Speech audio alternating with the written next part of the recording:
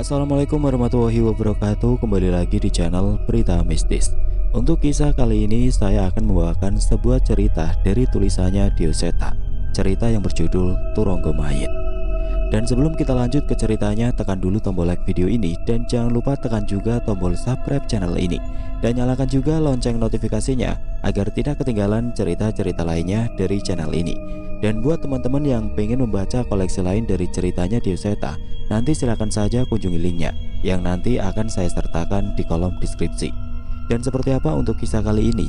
Langsung saja kita masuk ke ceritanya.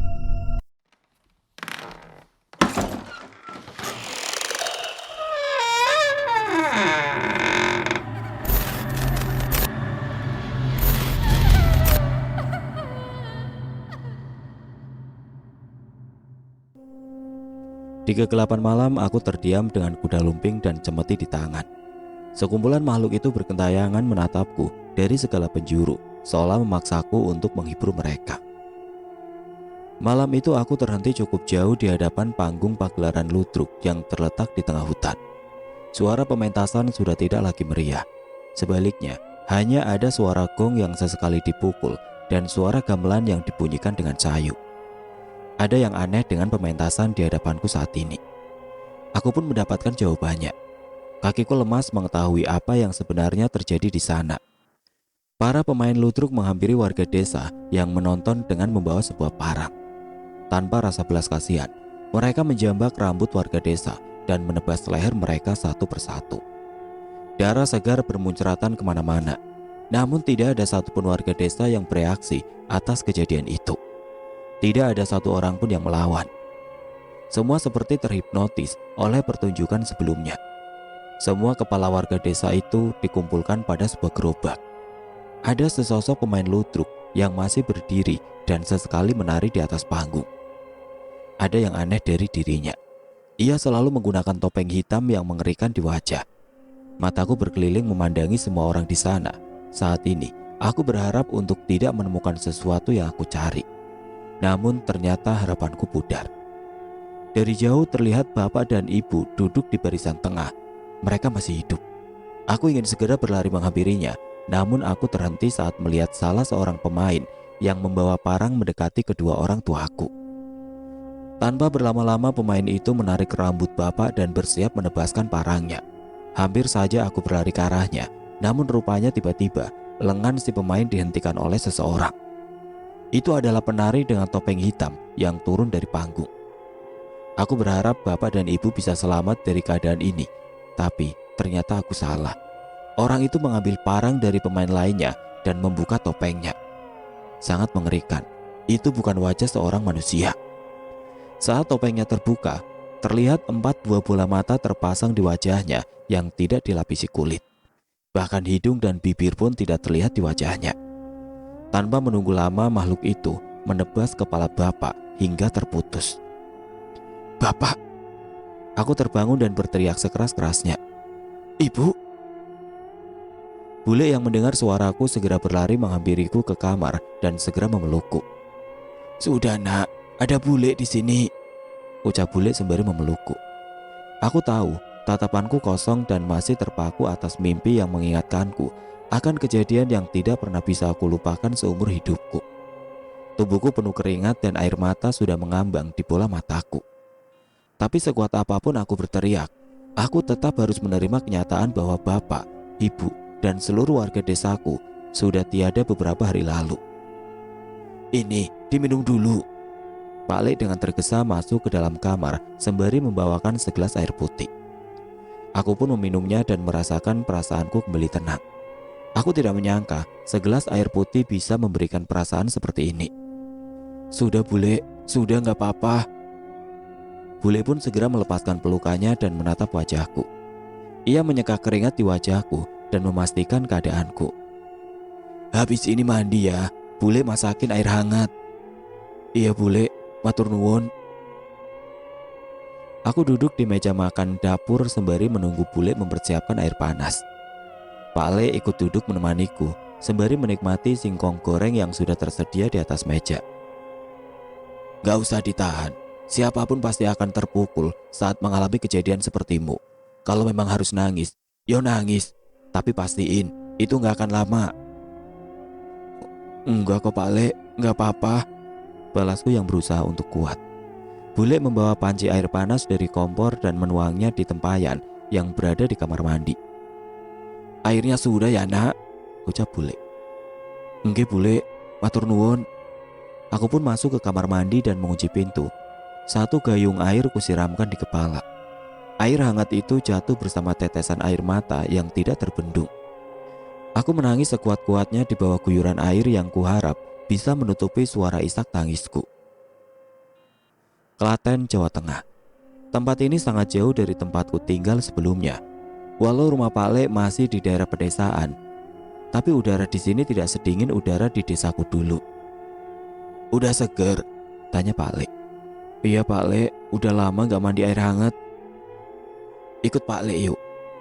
Aku pun mengiyakan ajakan Pak Le dengan membonceng sepeda ontel yang sudah mulai berkarat itu. Lah, motornya mana Pak Le? Sudah dikembalikan. Boleh minjem itu, nanti kalau butuh buat jarak jauh bisa minjem lagi. Aku menangkap bahwa saat ini kami akan pergi ke tempat yang tidak terlalu jauh. Berangkat Pak Bimo, sapa seorang ibu yang berpapasan dengan kami. Iya Bu Darmi, duluan ya, balas Pak Le ramah. Ia pun melajukan sepedanya menuju keluar desa.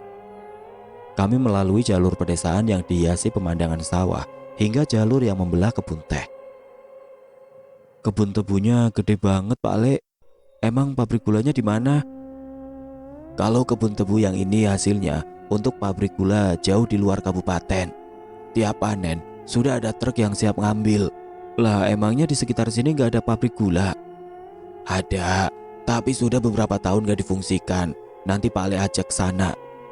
Pak Le menghentikan sepedanya sejenak di tempat yang tanaman tebunya masih belum terlalu tinggi.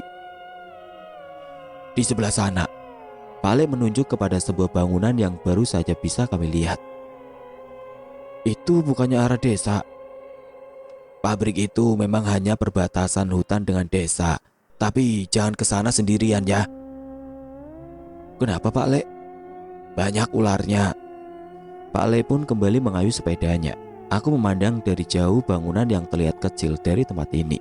Tapi aku tahu, kalau dilihat dari jarak dekat, bangunan itu pasti sangat besar dengan halaman yang luas. Kami pun sampai ke sebuah desa yang cukup besar. Memang cukup jauh dari jalan provinsi, namun desa ini seperti sudah melengkapi kehidupannya sendiri. Ada pasar, masjid, lapangan, sekolah, dan berbagai tempat yang membuat warga desanya tidak perlu sering-sering meninggalkan desa itu. Desa Jumon. Aku mengetahui nama desa itu dari nama sebuah sekolah yang kami lewati. Nah, sudah sampai. Pak Le memarkirkan sepedanya di sebuah rumah dengan arsitektur rumah Belanda, namun tidak terlalu besar. Sekilas rumah ini seperti tidak terawat dengan rumput liar yang mulai menguasai halamannya. Rumah siapa Pak Le? Kenalan Pak Le, nanti juga kamu tahu. Pak Le pun membuka pagar yang tidak terkunci itu dan memasuki halaman rumah seolah sudah biasa melakukannya. Suara lonceng kecil berbunyi setelah Pak Le menarik rantai yang menggantung di bawahnya. Aku cukup tertarik dengan benda itu. Lonceng itu memudahkan kami memanggil tuan rumah tanpa harus mengetok-ngetok pintu. Mas Bimo sudah datang ya, silakan duduk, sambut seorang ibu yang membukakan pintu untuk kami. Kami pun duduk di kursi rotan yang berada di ruang tamunya. Tetapi sebelum bicara banyak, ibu itu malah buru-buru masuk ke dalam. Minum apa Mas? Panas apa dingin? Teriak ibu itu dari dalam rumah. Alah Jeng, gak usah repot-repot. Sini dulu loh, ngobrol. Balas Pak Le yang tidak dihiraukan oleh ibu itu, yang bersikeras membuatkan kami suguhan. Pak Le meninggalkan tempat duduknya dan berkeliling melihat isi rumah ini, seolah ia sudah biasa melakukannya. Masmu masih sering datang? Tanya Pak Le. Datang kok Mas Bimo, ya tapi terakhir bulan lalu, jawab ibu itu. Sementara Pak Le berkeliling rumah, aku pun menunggu sendiri di ruang tamu sembari melihat-lihat lukisan dan pajangan yang ada di dinding ruang tamu. Ada sebuah lukisan yang mencolok. Itu adalah lukisan penari kuda lumping yang sedang beraksi. Gambar itu menunjukkan ketiga penari sedang menaiki kuda lumping dan masing-masing membawa cemeti. Pose mereka menunjukkan betapa gagahnya mereka. Trak! Aku mendengar suara sebuah benda yang beradu dengan lantai. Aku pun menoleh ke arah suara itu dan kaget dengan kemunculan seseorang. Dari arah ke ruang tamu, tengah berdiri seorang anak kecil yang mungkin saja seumuran denganku. Tapi ada yang berbeda di matanya. Anak itu buta. Siapa? Ia meraba lantai rumah dengan tongkatnya, mendekat ke arahku. Aku pun segera menghampirinya dan membantunya mendekat. Aku Cahyo. Aku datang sama Pak Le. Maksudnya Pak Bimo. Oh, Pak Le Bimo. Balasnya dengan senyuman lebar yang tiba-tiba muncul di bibirnya. Menyadari anak itu menghampiriku, Pak Le pun kembali ke ruang tamu dan menghampirinya. Wah, Widi, udah gede aja kamu, sapa Pak Le. Anak yang ternyata bernama Widi itu mendekat ke asal suara Pak Le dan merabanya. Ia bergegas mengambil tangan Pak Le dan mempertemukannya di keningnya. Aku merasa betapa sopannya anak ini, benar-benar berbeda terbalik denganku yang lebih senang bertingkah seenaknya. Jelas dong Pak Le, aku makan banyak, tapi masa tiap kesini yang diomongin itu terus? Udah gede aja kamu. Iya maaf, tapi bener loh, sekarang kamu tambah tinggi. Yang bener. Ia merasa senang mendengar ucapan Pak Le. Aku tidak menyangka seorang anak akan senang dengan ucapan seperti itu saja. Tidak berapa lama ibu tadi kembali dengan membawa 2 buah gelas berisi minuman hangat. Kopi hitam untuk Pak Le dan teh hangat untukku. Ada beberapa makanan kering juga yang disajikan untuk mendampinginya. Maaf ya seadanya. Sudah aku bilang, gak usah repot-repot, balas Pak Le. Enggak apa-apa Pak Le, ibu memang seneng direpotin, ucap Widi setengah meledek ibunya. Ibu itu hanya mengelus rambutnya sembari tersenyum. Oh ya, maaf tadi buru-buru jadi belum kenalan sama masnya. Siapa namanya?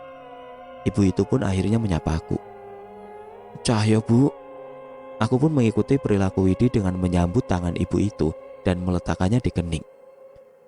Tumben sopan, ucap Pak Le setengah meledek. Yalah Pak Le, udah sengaja biar kelihatan anak baik, malah dijatuhin lagi, balasku sembari memasang wajah kejutku. Sebaliknya Widi dan ibunya malah tertawa mendengar jawabanku. Saya Sunari, ibunya Widi, manggilnya Bu Sunar saja. Iya Bu Sunar. Setelah perbincangan singkat, Pak Le pun duduk berpindah ke dekat Widi. Ia meminta untuk membelakangi Pak Le dan mengambangkan tangan di belakang tubuh Widi. Ada beberapa kalimat doa yang dibacakan oleh Pak Le. Aku menduga mungkin inilah tujuan Pak Le mengajakku ke sini, tapi ternyata apa yang dilakukan Pak Le tidak lama. Ia segera memijat bahu Widi dan memintanya berbalik seperti semula. Gimana Pak Le? Tanya Bu Sunar. Gimana apanya? Widi baik-baik saja kok. Dari terakhir Pak Le datang, gak pernah kambuh kan? Tanya Pak Le. Iya Pak Le, balas Widi singkat. Bu Sunar pun menghela nafas mendengar ucapan itu. Sayangnya aku masih belum mengerti apa yang mereka bicarakan. Menjelang siang, Bu Sunar mulai mempersiapkan masakan, sementara Widi kembali ke kamarnya untuk istirahat. Sepertinya kami akan lama di sini. Pak Le masuk ke salah satu pintu ruangan di rumah itu. Dari bagaimana barang-barang di ruangan itu disusun, aku bisa menduga bahwa ruangan itu adalah gudang. Dengan hati-hati Pak Le menatap ke sekeliling gudang. Setelah beberapa lama, Pak Le keluar dengan membawa beberapa buah benda dan menghampiriku. Apaan itu Pak Le? Tanyaku penasaran. Pak Le pun memberikan salah satu benda yang ia ambil padaku. Buat apaan nih Pak Le? Tanyaku sambil memperhatikan sebuah pisau melengkung yang diberikan Pak Le. Ngarit, balas Pak Le yang segera mengajakku ke halaman yang penuh dengan rumput liar. Siang-siang gini? Mau nunggu tengah malam juga gak apa-apa, balas Pak Le. Aku pun hanya menggaruk kepalaku mendengarkan perintah Pak Le. Kami berdua pun sedikit-sedikit membersihkan halaman rumah Ibu Sunar yang penuh dengan rumput liar yang sudah meninggi itu. Walaupun cukup malas, aku bisa mengerti maksud Pak Le bahwa ia berniat membantu Ibu Sunar dan Widi yang memang kekurangan tenaga untuk mengurus rumahnya ini. Pak Lek, memangnya ada apa dengan Widi? Tanyaku sembari memotong rumput halaman rumah itu. Diikuti demit, balas Pak Lek singkat. Demit? Yang benar Pak Lek? Ya, demit itu juga yang membuat ayahnya Widi meninggal. Aku terhenti sejenak saat mendengar kalimat itu dari Pak Lek. Meninggal gara-gara demit?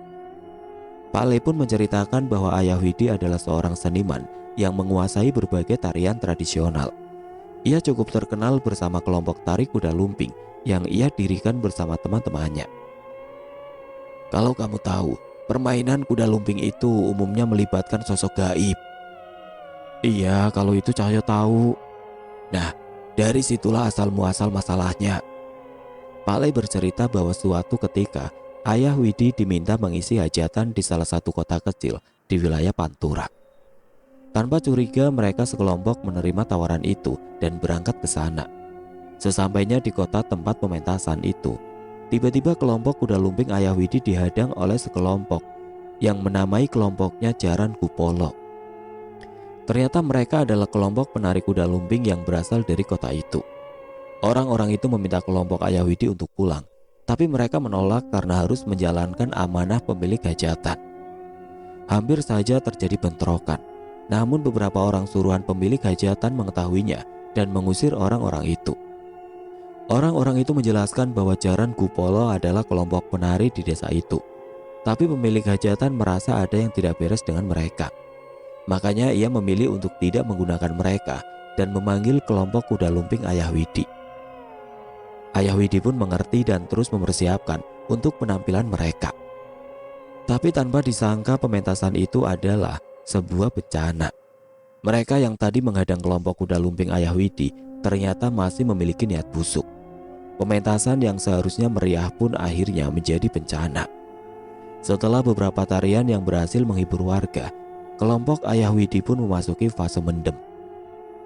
Fase di mana pemain seharusnya dirasuki sosok tidak kasat mata dan mempertunjukkan kemampuan yang tidak biasa, seperti makan beling dan menginjak bara api. Tapi tidak seperti biasanya. Bukan punden yang mereka panggil yang merasuki mereka, melainkan sosok demit santet yang dikirim oleh kelompok Jaran Kupolo lah yang menguasai mereka. Mereka pun mengamuk dan menggila di sana. Ayah Widi mengamuk sejadi-jadinya bersama beberapa kawannya. Pawang yang seharusnya menenangkan mereka pun tidak berkutik. Warga berhamburan ketakutan. Sementara beberapa anggota keluarga pemilik hajatan juga mengalami kesurupan. Walau begitu, ayah Widi perlahan masih bisa berusaha menguasai dirinya. Ia menarik satu persatu demit yang merasuki teman-temannya dan yang merasuki keluarga pemilik hajatan hingga merasuki tubuhnya. Usaha ayah Widi berhasil, tapi ternyata perbuatan itu harus dibayar dengan nyawanya. Saat tubuhnya tidak lagi mampu menahan sosok setan di tubuhnya, ayah Widi berdiri kaku dengan mata yang memutih dan memuntahkan darah. Seolah sedang dipermainkan, alat-alat musik di tempat itu berbunyi sendiri tanpa ada manusia yang menyentuhnya. Ayah Widi menari menggila seperti hewan buas yang sedang mabuk. Ia terjatuh, berdiri lagi, dan sesekali melompat membanting dirinya. Hampir di setiap gerakan, darah merah bermunceratan dari mulutnya. Semua itu terjadi dalam sebuah tarian yang tidak akan pernah bisa dilupakan oleh siapapun yang menontonnya. Pada akhirnya ayah Widi pun mengembuskan nafas terakhirnya di pementasan itu. Itu benar Pak Le? Tanyaku tidak percaya. Iya, sekarang Bu Sunar dan Widi harus bertahan hidup dengan kondisi seperti ini. Lalu hubungannya sama demit yang mengikuti Widi? Aku masih penasaran dengan hal itu. Pak Le bercerita lagi bahwa setelah pementasan, teman-teman kelompok ayah Widi mendatangi sanggar kelompok Jaran Kupolo bersama anggota keluarga pemilik hajatan, dan mereka mendapati pemandangan yang mengerikan. Sanggar itu dipenuhi jasad 5 orang anggota utama kelompok Jaran Kupolo. Mereka mati bergelimpangan di salah satu ruangan, masih dengan sesaji dan tungku kemenyan di tengah-tengah mereka. Ternyata mereka pun dijebak oleh sosok yang memberi ilmu itu. Rupanya sebelumnya ada seseorang yang menawarkan kepada kelompok Jaran Kupolo untuk membalas dendam. Ia memberikan ilmu santet kembang mendem pada mereka untuk dikirim ke hajatan itu. Sayangnya mereka tidak sadar bahwa nyawa perapalah yang harus menjadi bayaran atas ilmu itu. Karena mati dengan tidak tenang, sosok kelompok Jaran Kupolo pun berubah menjadi setan gentayangan. Mereka mengincar kelompok Ayah Widi sampai ke keluarganya. Kini yang tersisa dari mereka hanyalah Widi dan ibunya. Cerita Pak Lek benar-benar membuatku terdiam. Ternyata Widi juga memiliki kisah kelam tentang ayahnya. Berarti demit yang mengikuti Widi adalah roh gentayangan dari kelompok Jaran Kupolo. Benar. Pak Lek gak bisa ngusir mereka supaya gak balik lagi. Ini lagi Pak Lek coba. Aku pun semakin mengerti maksud Pak Lek. Entah mengapa setelah mendengar cerita tentang ayah Widi tadi, memotong rumput yang sedari tadi terasa berat, kini terasa sangat ringan. Pak Lek, Cahyo, pakai repot-repot motongin rumput lagi, ucap Widi yang kini tengah duduk di kursi depan rumahnya. Gak apa-apa kok, mumpung kami lagi di sini, sekalian aja, balasku mewakilkan Pak Lek. Matur nuwun ya, kalian baik banget sama kami. Sekali saat aku menoleh ke arahnya, terkadang aku seringkali ingin bertanya kepada Tuhan, mengapa orang sesopan dan sebaik Widi harus menerima takdir seperti ini? Tuh Panjul, di luar, lemparin batu. Tiba-tiba segerombolan anak melewati depan rumah Widi dan melempar kerikil ke arahnya. Udah kepalanya gede, buta lagi, teriak mereka sembari tertawa. Aku tidak bisa berkata-kata melihat kejadian itu. Wah, ngapain kalian? Teriak Pak Le yang tiba-tiba muncul dari rerumputan yang tinggi, mengagetkan anak-anak itu. Anak-anak itu kaget hingga terjatuh melihat kemunculan Pak Le yang tengah membawa arit. Pemandangan itu sontak membuat mereka berlarian meninggalkan tempat ini. Awas kalian, kalau berani ganggu Widi lagi. Setelah kejadian itu, Widi kembali berdiri dari kursinya dan kembali masuk ke rumah dengan wajah yang sayu. Sementara itu aku dan Pak Le sudah selesai memotong rumput dan mengumpulkannya untuk segera dibakar. Kami pun memutuskan untuk masuk ke rumah sebentar untuk beristirahat. Widi dilemparin batu lagi bu. Aku mendengar suara Widi tengah mengadu pada ibunya, tapi suara itu lebih seperti suara tangisan. Sudah gak apa-apa, di rumah saja lebih aman. Widi dikatain Panjul, gara-gara kepala Widi besar, Widi dikatain buta. Suara isak tangis terdengar dari Widi yang segera mendapat pelukan dari ibunya. Aku tidak tahan mendengar tangisannya dan menghampirinya. Panjul, itu panggilan bagus kok. Kalau kamu gak mau, biar aku saja yang dipanggil Panjul. Ucapku berusaha menghiburnya. Ia pun melepaskan pelukan ibunya dan menoleh ke arahku. Besok kalau mereka manggil kamu Panjul, biar aku yang maju. Biar aku yang bilang, aku yang bernama Panjul. Kalian mau apa? Ucapku pada Widi. Widi pun mengusap air matanya. Walaupun tidak bisa melihat ekspresiku, ia terlihat tersenyum mendengar gaya bicaraku. Suwun ya Cahyo. Ya wes Panjul, ndang bantu Bu Sunar nyiapin piring sana, saut Pak Le yang baru selesai menikmati kopinya lagi. Alah Pak Le, kok Pak Le ikut-ikutan? Gak mau nyobain nasi soto buatannya Bu Sunar. Gak gitu, mau. Siang itu aku makan begitu lahap setelah begitu lelah membersihkan halaman dari rumput liar. Pak Le masih belum menyentuh piringnya dan hanya terus menatapku. Kenapa Pak Le? Sotonya enak tahu. Pak Le tersenyum sembari menghela nafas. Akhirnya kamu bisa makan dengan lahap juga ya. Benar juga ucapan Pak Le. Sudah beberapa hari ini aku tidak bernafsu makan setelah kejadian yang menimpa orang tua dan seluruh warga desaku. Baru inilah aku bisa makan senikmat ini.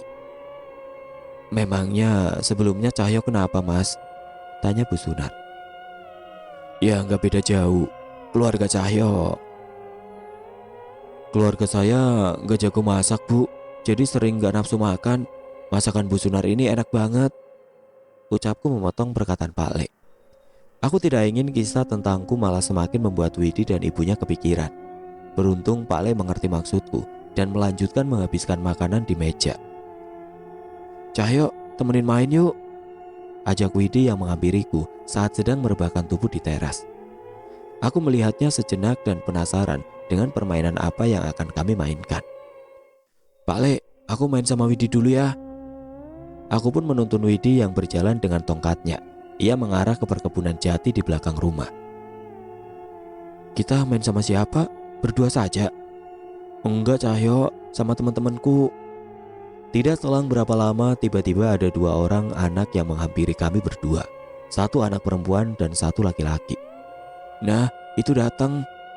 Seorang anak perempuan dengan rambut berkepang menghampiri kami dan memperkenalkan diri kepadaku.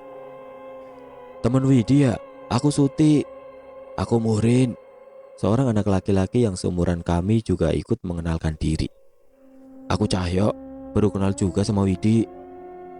Kedua temannya terlihat normal, tidak seperti Widi yang tidak bisa melihat. Aku cukup senang, ternyata selain anak-anak nakal tadi, Widi memiliki teman-teman yang mau bermain dengannya. Kita main apaan? Itu. Muhrin menunjuk ke setumpuk benda berbentuk kuda dan beberapa cemeti. Kuda lumping? Iya. Terus mainnya gimana? Aku masih bingung. Suti mengambilkan benda itu dan memberikannya kepada aku, sebuah cemeti dan kuda lumping. Kita main perang-perangan, kan kuda lumping itu menggambarkan perang dan perjuangan pejuang zaman dulu, jelas Suti. Aku mengerti, sepertinya ini akan menarik.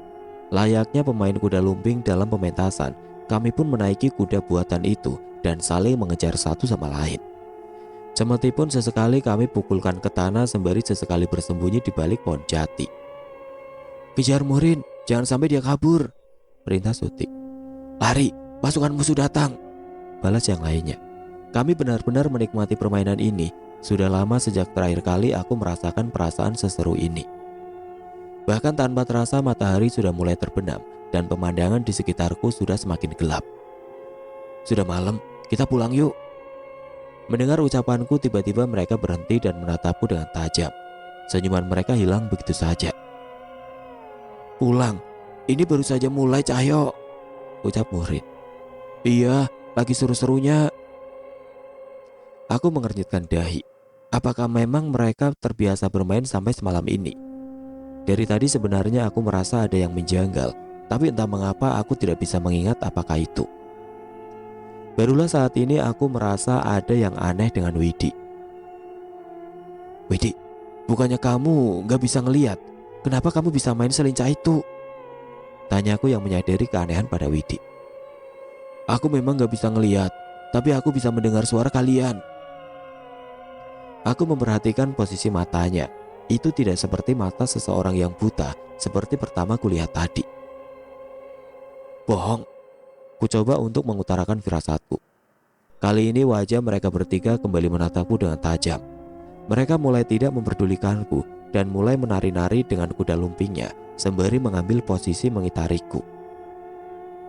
Suara cemeti Muhrin menggelegar dengan keras di belakangku. Aku menoleh ke arahnya dan wajah Muhrin seolah mencoba mengancamku. Udah gak seru, aku pulang aja, ucapku yang segera ingin meninggalkan mereka. Ayo Widi, ibumu pasti nungguin di rumah. Aku menghampiri Widi. Namun ada yang aneh dengan dia. Ia malah mundur dan menjauh dariku. Ya sudah, kalau gak mau pulang aku bilangin ibumu. Aku pun bersiap pergi meninggalkan hutan jati. Suti mencoba menghadangku, namun aku tidak peduli dan terus berjalan meninggalkan mereka. Saat itu aku benar-benar merasakan firasat yang aneh. Sekali lagi aku menoleh ke belakang dan mendapati mereka bertiga tengah menatapku di kegelapan dengan wajah dingin yang terasa menyeramkan. Aku pun mempercepat langkahku untuk meninggalkan hutan dan segera mengadu pada Bu Sunar. Tapi entah mengapa aku merasa hutan ini menjadi begitu luas. Aku merasa sudah berjalan dengan cukup jauh, tapi rumah Widi sama sekali belum kelihatan dari sini. Walau begitu aku terus melangkah. Aku sangat tahu bahwa ini adalah arah yang benar. Apa aku tersesat? Langkahku terhenti saat nafasku mulai tidak beraturan. Bukan hanya karena berjalan cukup jauh, tapi juga karena rasa takut yang mulai menyelimutiku. Dari jauh terdengar suara cemeti kuda lumping seperti saat kami bermain tadi. Suara itu bergantian dengan suara langkah yang mendekat ke arahku. Mungkinkah itu adalah suara dari Widi dan yang lain? Lari. Mengapa aku harus lari? Firasatku mengatakan aku harus berlari menjauh dari suara itu. Aku pun bingung. Namun aku memilih untuk tetap menjauh. Tapi langkahku terhenti saat melihat ada seseorang di depanku. itu Suti. "Suti, rumah Widi ke arah sana kan?" Tapi saat Suti menoleh, aku terhenti. Ada apa dengan wajah Suti? Tidak seperti tadi, sekarang terlihat sangat pucat. Bibirnya menghitam, pipinya dihiasi bekas luka yang membusuk. Suti? Aku pun terjatuh terduduk di tanah melihat wujud Suti itu. Sebaliknya, ia tersenyum saat mendapati kedatanganku. Cemeti Suti menghantam tanah dan suaranya menggema di seluruh hutan jati. Ia pun mulai bergerak menggoyangkan badannya dan menari-nari layaknya seorang pemain kuda lumping di pementasan. Sayup-sayup terdengar suara musik tanpa wujud yang dimainkan mengiringi Suti. Dengan suara itu Suti semakin menggeliat. Sesekali ia mengangkat kuda lumpingnya dan melompat memperagakan seorang pendekar yang tengah menguasai kudanya. Sesekali ia menari memaju mundurkan kuda lumpingnya sembari sedikit melempar senyuman menggoda dengan wajah menyeramkan. "Bukan, itu bukan Suti, setan." Dengan sekuat tenaga aku menguatkan kakiku untuk berdiri. Aku berpaling dan berusaha berlari sejauh mungkin dari Suti. Tapi saat aku melihat ke belakang, Suti sudah mendapatkan penontonnya. Barisan pocong sudah mengambil posisi di antara pohon jati. Mereka menggeliat menyaksikan penampilan Suti. Aku pun menoleh ke atas dan mendapati perempuan yang melayang-layang dan makhluk dengan tubuh yang tidak lengkap bertengger di batang pohon jati. Jangan lagi. Wajahku mencuat melihat semua pemandangan di tempat ini. Sontak aku teringat kembali kejadian saat warga desa dibantai oleh kelompok ludruk topeng irang. Tolong. Aku berteriak sekuat tenaga, namun yang terjadi adalah makhluk-makhluk itu memalingkan wajah mengerikannya kepada aku. Di hadapanku saat ini tengah melayang sosok perempuan yang terbang terbalik dengan rambut panjang yang berjatuhan dan wajah yang penuh bekas luka berdarah. Enggak, jangan kesini. Namun tetap saja makhluk itu semakin mendekat ke arahku. Terdengar lagi suara cemeti dari arah Suti. Makhluk itu pun menoleh dan mendapati sudah ada Muhrin dan Widi yang ikut menari bersama Suti. Setan-setan itu pun kembali mengalihkan perhatiannya ke arah mereka. Gila, semua ini apa? Kenapa aku bisa berada di tengah-tengah mereka semua? "Cahyo!" Samar-samar aku mendengar suara Pak Le. "Pak Le, di mana Pak Le?" Aku mencoba membalas suara itu. "Kamu di mana? Pak Le gak bisa nemuin kamu." Pak Le membalas ucapanku, tapi aku sama sekali tidak dapat melihat mereka. "Hutan jati Pak Le, harusnya gak jauh di belakang rumah Widi. Tapi Cahyo sudah mau pulang sejak tadi, tapi gak sampai-sampai." Terdengar suara Pak Le yang tengah menghela nafas. Samar-samar aku mendengar suara langkah kaki di dekatku, tapi aku tidak mampu menemukannya. "Dia di sini Pak Le, tapi kita gak bisa ke sana." Terdengar suara Widi yang sepertinya bersama dengan Pak Le. Suara Widi. Berarti yang sedang menari di sana jelas bukan Widi. "Widi, aku ngelihat sosok mirip kamu di sini. Sekarang dia lagi nari sama anak yang namanya Murin dan Suti." Iya Cahyo, aku bisa lihat." Tunggu, dia bisa lihat? Apa artinya Widi tidak dapat melihat, tapi ia bisa melihat alam gaib? "Aku bukan buta dari lahir. Mataku diambil sama setan-setan itu. Sejak penglihatanku diambil, apa yang dilihat setan yang mirip denganku akan dilihat olehku juga." Berarti saat ini Widi melihat semua setan, kuntilanak dan makhluk-makhluk di hutan ini. Berarti selama ini Widi selalu melihat makhluk-makhluk ini. Sementara aku berbicara, tanpa kusadari sudah ada makhluk kerdil mendekat dan mencengkram kakiku. Di setiap sisiku sudah ada pocong yang seolah siap menghampiriku. "Pak Le, aku harus gimana?" "Susah, Pak Le gak bisa keluarin kamu." Maksud Pak Le?" "Kamu sedang ada di ritual keramat. Yang masuk di ritual itu tidak akan bisa kembali." Apa maksud ucapan Pak Le? Apa aku terjebak di tempat ini selamanya? Bisa keluar. Dulu aku pernah terjebak di sana juga." Mendengar ucapan Widi, aku pun mendapatkan harapan. Bagaimana caramu keluar?" Ucapku sembari mengusir makhluk kerdil yang mencoba menjilati kakiku. "Aku gak ingat. Aku lupa semua kejadian saat berada di sana." "Terus aku harus bagaimana?" "Cari Cahyo. Pasti ada, pasti ketemu. kamu harus cari sendiri, ucap Widi. Aku pun berlari menjauh dari setan-setan itu. Namun sialnya di sisi lain, setan lain sudah bersiap mendekat ke arahku. Ada suara doa terdengar di telingaku. Itu adalah suara Pak Le. Sepertinya ia sedang berusaha untuk melindungiku, tapi sepertinya itu bukan jalan keluar. Malam semakin larut dengan bulan purnama yang memerah. Belum pernah aku melihat purnama semerah ini. Di tengah rasa takutku, aku pun melihat ke sekeliling tempat ini dan mencoba mencari jalan. Aku tidak boleh mati. Kalimat itu aku sematkan terpatri di dalam pikiranku. Bagaimanapun aku harus keluar dari situasi ini, walaupun harus membubarkan pertunjukan ini. Tunggu, membubarkan pertunjukan. Jangan-jangan itu adalah caraku agar bisa keluar dari alam ini. Aku mencoba mendekat ke arah Suti, Murin, dan makhluk yang mirip dengan Widi itu. Kini wajah mereka sama-sama mengerikan. Aku menggenggam sebuah batu yang cukup besar dan bersiap melemparkannya ke salah satu dari mereka. Tapi, seketika wajah setan-setan di hutan ini menatapku dengan geram. Saat itu, aku melihat satu buah cemeti dan kuda lumping yang tergeletak di tanah. Itu adalah peralatan yang kumainkan tadi. Atau mungkin bukan membuarkan. Aku mengambil kuda lumping di tanah itu dan menaikinya. Sebuah cemeti aku genggam di tanganku, seperti saat kumainkan tadi. Atau mungkin aku memang harus ikut dalam permainan ini. Suara cemeti menggema ke seluruh hutan jati. Kali ini suara itu berasal dariku. Ketiga pemain itu pun terhenti sejenak dan menoleh ke arahku. Aku pun mengikuti irama dan mengikuti beberapa gerakan mereka seperti yang aku lihat tadi. Aku menari sebisanya tanpa memerdulikan apakah aku pantas untuk ditonton. Tapi saat itu pandangan setan-setan itu terhadapku berubah. Mereka tidak lagi memandangku dengan mata yang mengancam. Mereka tidak lagi mencoba mencelakaiku. Aku menahan rasa takutku saat bermain bersandingan dengan Suti, Murin, dan setan Widi. Dengan hati-hati aku mencoba mengikuti iramanya. Tanpa sadar, ternyata aku menikmatinya. Jul, bangun, bangun! Terdengar suara Pak Le bersama tetesan air yang membasahi wajahku. Pak Le? Tanyaku yang bingung dengan keadaan sekitar. Aku membuka mataku dan mendapati langit sudah terang bersama pohon jati yang menjulang tinggi di hadapanku. Nah bener, dipanggil Cahyo gak bangun, dipanggil Panjul baru bangun.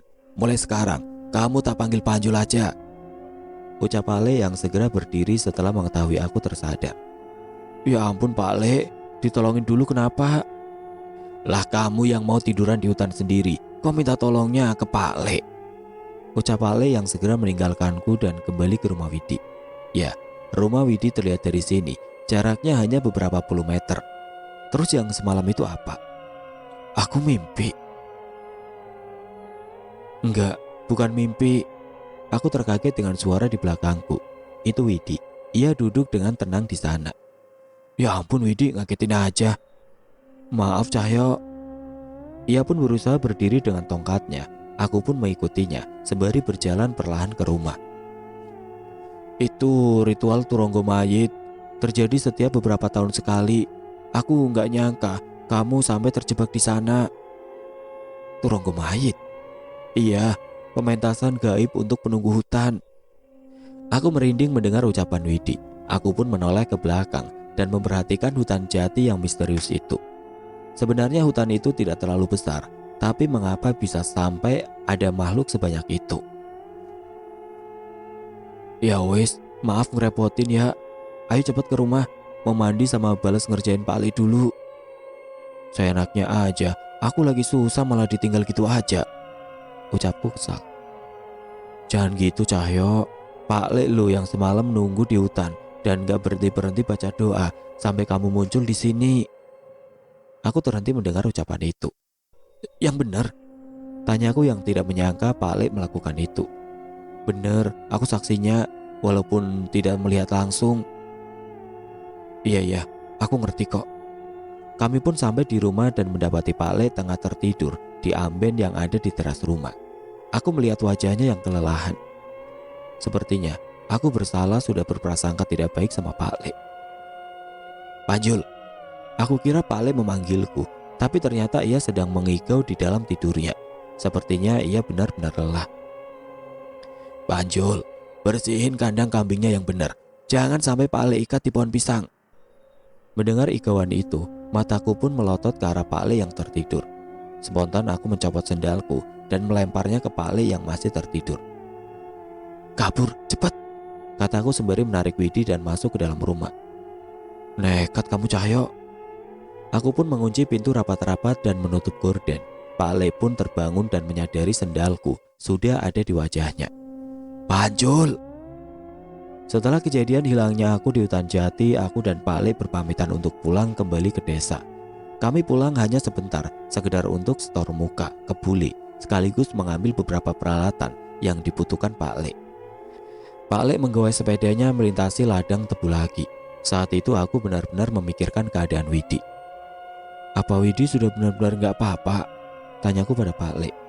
Menurut kamu gimana? Tanya Pak Le balik. Semalam aku mendengar penglihatan Widi diambil oleh setan. Jadi ia melihat semua yang dilihat setan itu. Itu jelas ngeri, Pak Le. Nah, itu tahu. Mendengar jawaban itu, aku pun mencubit Pak Le yang berada di hadapanku. Sayangnya hal itu segera aku sesali, karena setelahnya Pak Le menghukumku dengan bertukar posisi. Kini aku harus mengayuh sepeda sembari membonceng bapak-bapak di belakangku. Udah dong Pak Le, capek. Terus, biar kapok kamu. Kali ini aku benar-benar tidak bisa melawan. Kalau melawan, resiko terakhirnya Pak Le pasti menyuruhku berjalan kaki untuk pulang. Makanya, besok kita harus ke sana lagi. Setan itu masih di sana, ucap Pak Le tiba-tiba. Aku pun terhenti menoleh ke arah Pak Le. Setan? Maksudnya setan apa, Pak Le? Setan dari orang-orang yang membunuh ayah Widi. Roh gentayangan dari kelompok Jaran Kupolo. Mereka berdiam di rumah itu, ucap Pak Le. Oke teman-teman, sampai di sini dulu ceritanya. Nantikan kelanjutan dari kisah ini di video berikutnya. Agar tidak ketinggalan, klik tombol subscribe channel ini dan nyalakan lonceng notifikasinya. Wassalamualaikum warahmatullahi wabarakatuh.